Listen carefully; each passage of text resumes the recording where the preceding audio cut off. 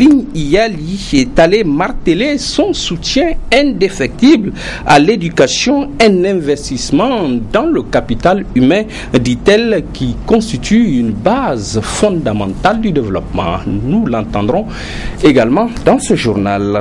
Après le sommaire, donc, les détails. Mesdames, Messieurs, bonsoir et bienvenue au journal. De la politique à l'entame de ce journal avec le point de presse ce matin du chef de file de l'opposition nigérienne.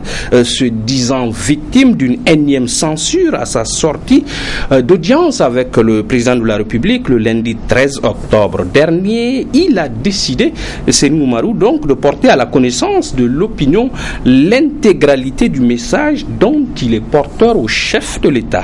Un résumé de Ibrahim Tikiré. D'entrée de jeu, le chef de file de l'opposition a rappelé que l'audience avec le président de la République du 13 octobre 2014 a eu lieu à sa demande.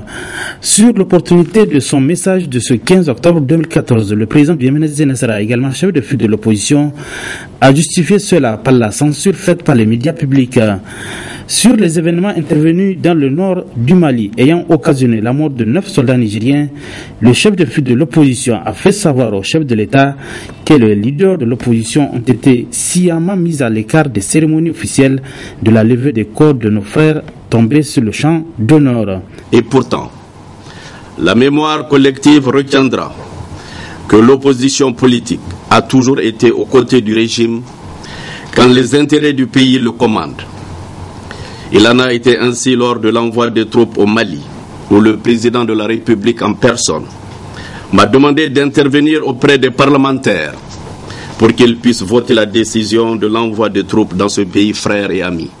Nous sommes convaincus. Il n'existe pas une armée de la majorité et une armée de l'opposition, mais une armée républicaine au service exclusif de la nation. Le chef de file de l'opposition nigérienne a également eu des échanges avec le président de la République sur des points tels que la gouvernance économique et financière, la gouvernance politique. Le président Issoufou dit qu'il n'y a pas de dissidence dans les partis politiques, qu'il n'y a pas de crise politique au Niger, qu'il n'est pas au courant de la levée de l'immunité du président Tanja, qu'il n'est pas au courant de la levée de l'immunité du président Maman Ousmane, de même qu'il n'est pas au courant des conditions dans lesquelles le bureau de l'Assemblée nationale a autorisé l'arrestation du président Hama Amadou. Enfin, qu'il n'est pas au courant des investigations que sont en train d'opérer les inspecteurs d'État sur ma gestion antérieure, alors que c'est lui-même qui signe leur lettre de mission. C'est dire que le président Issoufou reste dans la négation de la réalité, en niant les dissidences entretenues par lui-même et en feignant de ne pas être au courant des harcèlements dont sont l'objet les principaux leaders de l'opposition. Vraisemblablement, l'audience du 13 octobre entre le président de la République et le chef de file de l'opposition a permis aux deux personnalités de mettre les points sur les i sur certaines questions d'intérêt général. En conclusion, le chef de file de l'opposition a lancé un appel aux forces démocratiques pour engager urgemment le combat libérateur devant ce qu'il a qualifié l'aggravation du drame nigérien et de la dérive totalitaire d'un régime qui essaie chaque jour de détourner l'attention du peuple des véritables préoccupations de l'heure. Un message que nous retrouverons en intégralité dans la partie magazine de ce journal. Ce matin toujours, mais au palais de congrès de Niamey, cette fois-ci, la première dame, Dr Malika Issifou, présidente de la fondation Tataling Iyali, est allée soutenir de vive voix, vous allez l'entendre, les enseignants qui célébraient en ce jour la journée mondiale des enseignants. La première dame, convaincue de ce que l'investissement dans le capital humain est la voie royale pour accéder au développement. Nafissa Zakou et Aboubakar Souley pour les détails.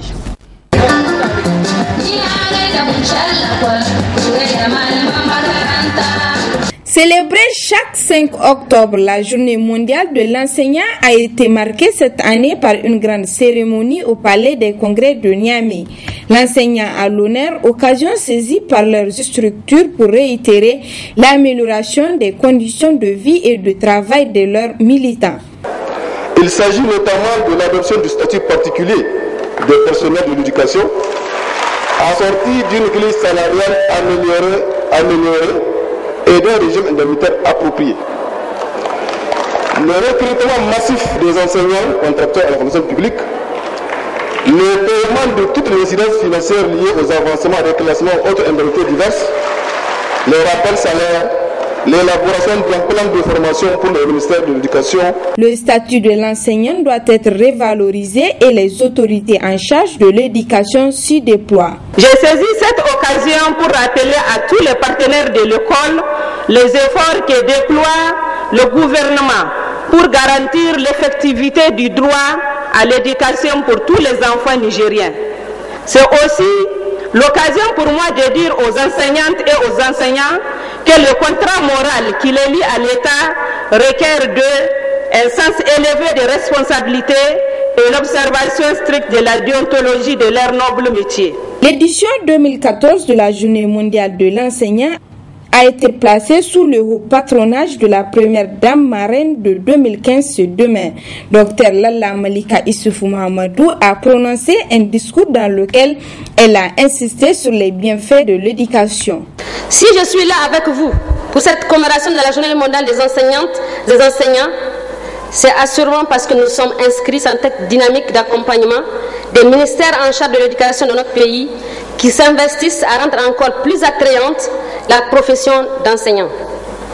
C'est pourquoi la Fondation Tatali Yali s'implique dans les aspects portant sur le droit de chaque enfant de notre pays pour bénéficier d'une éducation de qualité. Tout comme le président de la République, chef de l'État, nous restons convaincus à Tatali Yali que l'investissement dans le capital humain constitue une base essentielle du développement. En plus des discours, la commémoration de la Journée mondiale des enseignants a été marquée par la remise des prix d'excellence à des enseignants qui se sont fait distinguer. Notons qu'enfin, le SINAFEN a décerné un trophée à la ministre des Enseignements secondaires pour des multiples actes posés en faveur d'une éducation de qualité au Niger. Venons-en ce 15 octobre toujours à la célébration mondiale du lavage des mains initiée, souvenez-vous, en octobre 2008. Il n'y a pas mieux, me direz-vous également, en ce temps où la fièvre Ebola continue de tuer, d'endeuiller les familles et de préoccuper les États. L'un dans l'autre, l'initiative est belle et à encourager, nous a confié le docteur Iliassou Idi. Par rapport à cette journée, c'est une très bonne initiative et dans la mesure où, vous savez, les mains constituent un véritable facteur de véhicule et de propagation des maladies. Et il y a beaucoup de maladies aujourd'hui qui sont manuportées, qui sont transmises à travers les mains, surtout, et si les mains ne sont pas lavées. Quand on dit laver les mains là, c'est pas seulement prendre de l'eau propre ou de l'eau pour laver, non. C'est laver les mains avec de l'eau et du savon. Parce que les germes, ils s'agrippent au niveau de la peau des mains et la main passe n'importe où. Elle passe dans la bouche, elle passe dans les aliments, elle va dans les toilettes, elle va dans les selles. En tout cas, la main touche n'importe quoi. Et c'est pour ces raisons, du fait de cette journée et du fait de nombre de maladies qui sont transmises par voie des mains, qu'on a institué cette journée pour réduire au maximum la morbidité liée à ce facteur qui est la main, mais également la mortalité, parce qu'il y a beaucoup de maladies qui sont mortelles et qui peuvent être véhiculées par la main. Prenons le virus de l'Ebola. Rien que par le contact avec les liquides de l'organisme d'une personne contaminée, on peut se faire contaminer. Et d'ailleurs, pratiquement tous ceux qui se sont contaminés, c'est à travers les contacts qui se sont contaminés. Et aujourd'hui, vous voyez, on est à plus de 4000 cas dans le monde. Plus de 4000 cas. Est-ce que vous voyez, c'est vraiment un désastre. Ça veut dire que plus on respecte les conditions d'hygiène des mains, en les lavant avec de l'eau et du savon, on peut réduire le risque D'ailleurs, on peut même ramener le risque zéro par rapport à la transmission de ces genres de maladies par les mains. En dehors du Ebola, le choléra, les maladies parasitaires peuvent être évitées si, en tout cas, on s'intéresse beaucoup, si on applique de façon rigoureuse l'hygiène des mains. C'est un geste banal. Les gens pensent que c'est un geste banal, mais c'est un geste plein de signification. C'est un geste salvateur parce qu'il peut sauver la personne, il peut sauver l'humanité, il peut protéger la famille, il peut protéger l'entourage. Parce que s'il n'y a pas d'hygiène des mains, il n'y a pas de santé. S'il y a l'hygiène de la main, les gens peuvent vivre en bonne et parfaite santé. Nous voilà prévenus. Le secteur de la santé reste en zi car dans le bras de fer qu'il oppose depuis quelque temps au gouvernement, le syndicat des médecins spécialistes revient à la charge à travers une assemblée générale tenue ce matin même à Niamey. Le syndicat a commencé par faire le point sur l'évolution des négociations engagées et a décliné également sa stratégie face à la décision du gouvernement de faire venir des médecins spécialistes cubains. Compte rendu Assoumana China et Halidou Bourema. Il s'agit pour le bureau exécutif du syndicat des médecins spécialistes d'entretenir les militantes et militants sur l'évolution de sa revendication, cause de multiples arrêts de travail observés par le syndicat depuis septembre dernier. Le bureau a entre autres informé la base de l'arrivée d'une vague de médecins spécialistes cubains sur décision du gouvernement pour contrecarrer le mouvement, ce qu'il déplore. Depuis le 22 septembre, nous avons renoué avec une série de grèves pour demander au gouvernement l'adoption d'un projet de décret instituant la prime de spécialisation afin de régler l'injustice dont cette frange est victime il y a de cela des années. Malheureusement, à ce jour, rien n'est fait dans ce sens. Et pire, le gouvernement a changé d'orientation. Il a pris une nouvelle direction consistant à envisager la substitution, voire le remplacement des spécialistes nigériens par des étrangers. Ce qui ressort clairement des conclusions du Conseil des ministres tenu le vendredi 10 octobre dernier, qui annonçait déjà l'arrivée de 50 spécialistes cubains. Eh bien, cette décision, tout à fait déplorable, a surpris plus d'un Nigérien. Et cela pour deux raisons. La première raison, on ne peut pas concevoir au XXIe siècle qu'un pays cherche à se construire ou à se développer en s'appuyant sur des expatriés côté. Et mieux, le coût qu'on a tendance à justifier, à utiliser, n'est pas justifié dans ce cas de figure, parce que la contrepartie nigérienne dans la prise en charge de ces spécialistes cubains sera de loin supérieure à la juste et légitime revendication des spécialistes qui est chiffrée à environ 30 millions. Au regard de la situation, le SNES a décidé d'intensifier la lutte pour faire aboutir ces revendications tout en restant vigilant par rapport aux prestations des médecins spécialistes cubains sur les populations nigériennes. De par notre vocation à défendre cette profession et à protéger la population bénéficiaire de nos prestations, nous allons faire tout de ce qui est à notre possibilité pour faire échec à cette manœuvre. C'est dans cet esprit que nous allons contacter l'ordre, le Conseil national de l'ordre des pharmaciens, médecins et chirurgiens dentistes, pour que vigilance soit faite afin que tout spécialiste qui va débarquer au Niger, qu'on s'assure que c'est réellement un spécialiste dans la discipline pour laquelle il a été envoyé et qu'il exerçait cette spécialité chez lui avant de venir chez nous, parce que nos parents ne peuvent pas leur servir de cobaye. Et par rapport à notre lutte, c'est devenu une question de légitimité, une question de reconnaissance. On refuse de nous reconnaître à notre juste valeur. Eh bien, nous allons continuer cette lutte jusqu'à ce que l'autorité accepte de nous reconnaître à notre juste valeur et nous traite comme telle. L'Assemblée générale du SMES de ce mercredi 15 octobre 2014 déterminera la durée d'une nouvelle grève du syndicat. Sur le marché des équipements électriques solaires et bien d'autres, il est le dernier venu, mais fait déjà parler de lui. Le groupe Benalia s'ise au pied du premier échangeur de Niamey en face de la station Owel Libya. Et dans sa panoplie d'offres et le large panel de ses partenaires, le groupe nous amène ce soir à la découverte de la société Schneider Electric, spécialisée dans le domaine de l'équipement en matériel électrique haut de gamme. C'est un public reportage signé Adam Soumana et Sadoudoumi.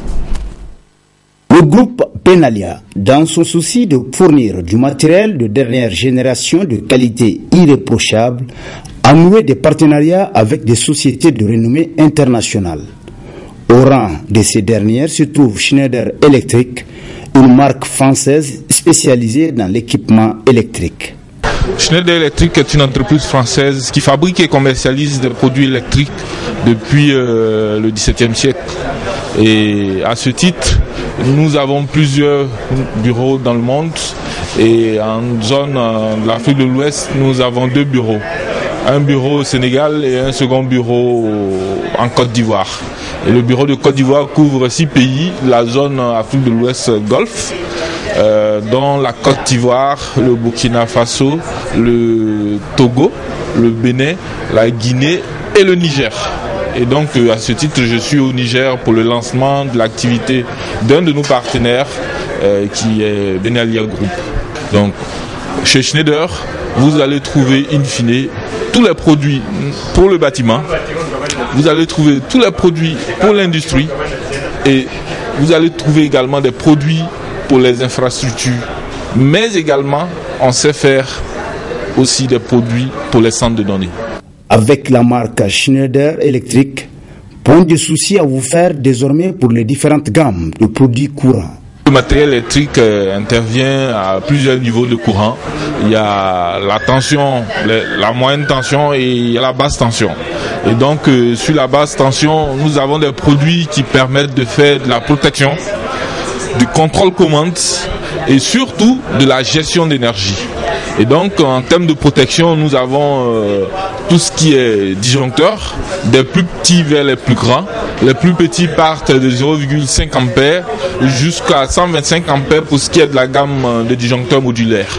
Au-delà de 125 ampères, nous avons des gammes de disjoncteurs qu'on appelle disjoncteurs compacts, où on peut aller jusqu'à 630 ampères. Et dans la gamme de disjoncteurs compacts, nous avons dans notre offre des disjoncteurs de très nouvelle génération que nous appelons les disjoncteurs EasyPack CVS et qui coupent jusqu'à 25 kA pour des courants allant jusqu'à 250 ampères et qui vont couper des courts-circuits jusqu'à 36 kA pour des courants allant jusqu'à 630 ampères. Et quand on passe au-delà de 630 ampères, on va avoir des disjoncteurs qui vont au-delà et qui s'appellent toujours dans la gamme de disjoncteurs compacts, des disjoncteurs compacts de type NS. Les NS vont couvrir jusqu'à 3200 ampères et pour des courants de court-circuit allant jusqu'à 150 kA. Donc on va avoir des NS6 jusqu'à 630 ampères avec des pouvoirs de coupure de 36, de 50, de 75 et jusqu'à 150 kA. Et l'ancienne gamme de disjoncteurs compacts NS et qui va jusqu'à 3200 ampères va faire autant, jusqu'à 150 kA de courant. Au-delà de 3200 ampères, on peut aller sur une gamme qui s'appelle les disjoncteurs Masterpack qui coupent et qui vont jusqu'à 6300 ampères pour des courants de court-circuit jusqu'à 150 kA également. Et tout ceci pour la protection non seulement des personnes qui travaillent sur les équipements, mais pour les équipements, pour protéger également les équipements qui sont alimentés par le courant électrique. Et donc, ça c'est pour ce qui est de la protection. À côté, nous avons de la protection différentielle. Donc, à tous les produits que j'ai cités précédemment, on va ajouter un bloc différentiel qui permettra, in fine, de protéger contre les courants de fuite et donc de protéger d'éviter que dans la maison, les personnes ne s'électrocutent parce qu'il y a un courant de fuite qui va vers les récepteurs. Dans le milieu industriel, on a également d'autres produits qui permettent de commander des pompes, des moteurs, qu'on appelle dans notre jargon des départs moteurs. À côté, nous allons avoir des produits dialogue homme-machine, donc tout ce qui est boutonnerie, bouton pour soi, commutateur, voyant, ainsi de suite. Nous avons également de la détection, donc les boutons fin de course, les détecteurs de proximité, et tout ce qui est comme détecteur que nous pouvons avoir dans le milieu industriel. Aussi, grâce au partenariat fructueux avec Schneider Electric, le groupe Benalia va bientôt contribuer au renforcement de capacités des professionnels du secteur de l'électricité à travers des séries de formations à l'intention des électriciens nigériens pour leur permettre de mener à bien leurs tâches.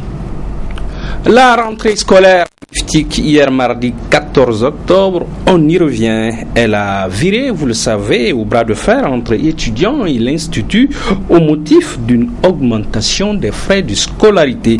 Les étudiants parlent d'une augmentation illégale. Alors, notre reporter Nasser Dantofo est allé aux nouvelles pour démêler les fils de l'écheveau et nous aider à comprendre.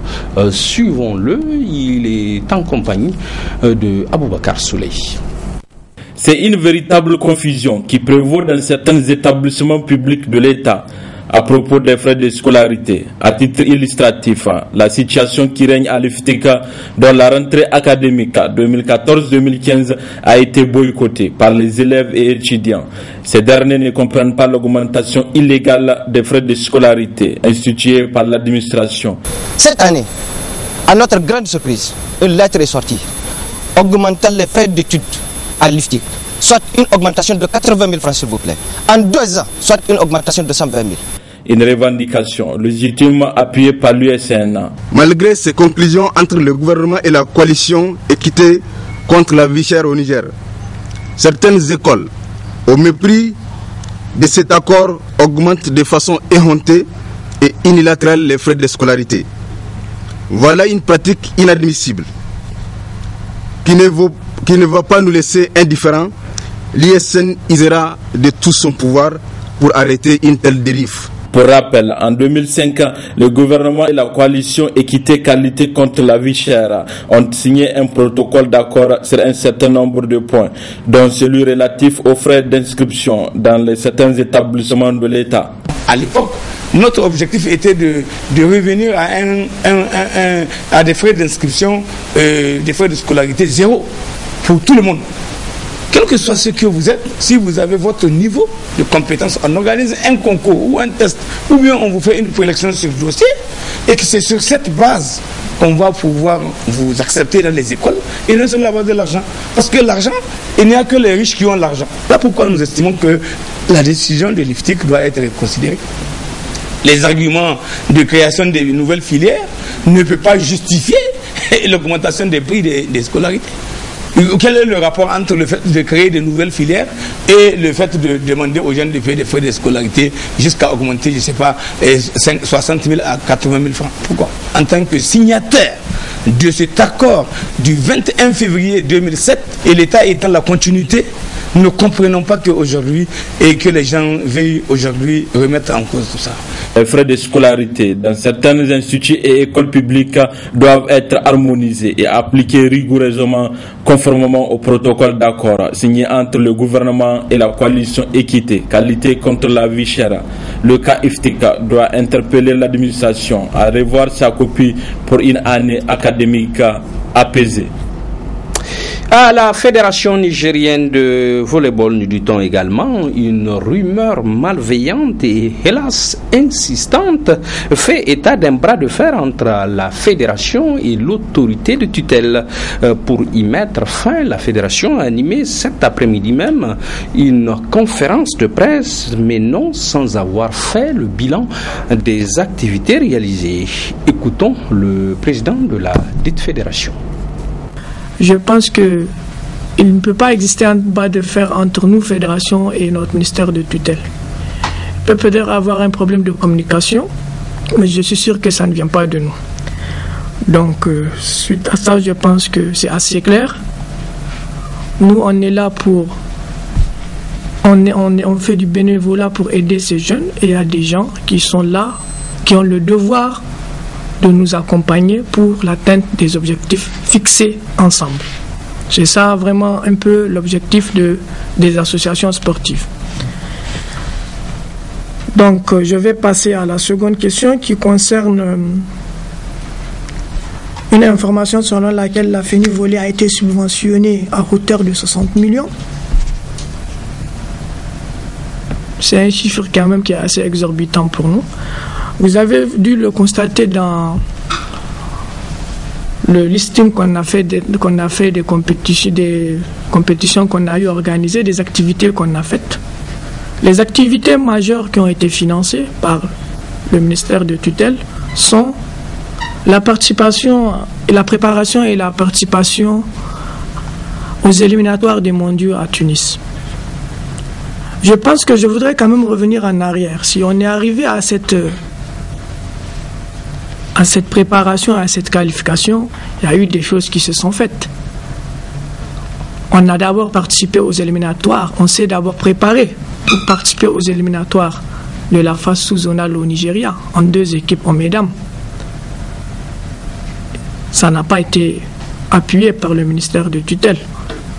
Ensuite, il y a eu la phase zonale qu'on a organisée ici au Niger, où on a dû mettre vers nos joueurs à l'hôtel Ténéré une préparation pour cette qualification qui nous tenait tous à cœur pour une première du Niger à la phase continentale. On a dû aussi faire venir nos joueurs de l'étranger et on a dû organiser sur front propre la phase zonale ici au Niger. Suite à cette phase, je tiens quand même à remercier le ministre de tutelle qui a donné une enveloppe le jour de l'ouverture de 1,3 million à nos joueurs. C'est un geste assez noble, nous le remercions, je profite pour le remercier. Donc après, il y a eu la préparation et la participation de notre équipe en Tunisie. Selon nous, le budget qui nous a été remis par la Direction générale des sports, c'est un budget qui s'élève à 41 649 800, mais qui regroupe plusieurs phases. Il y a la 3e phase de ce budget qui concerne un stage d'acclimatation en Algérie. Bonne réception et excellente suite au programme à notre compagnie. Au revoir.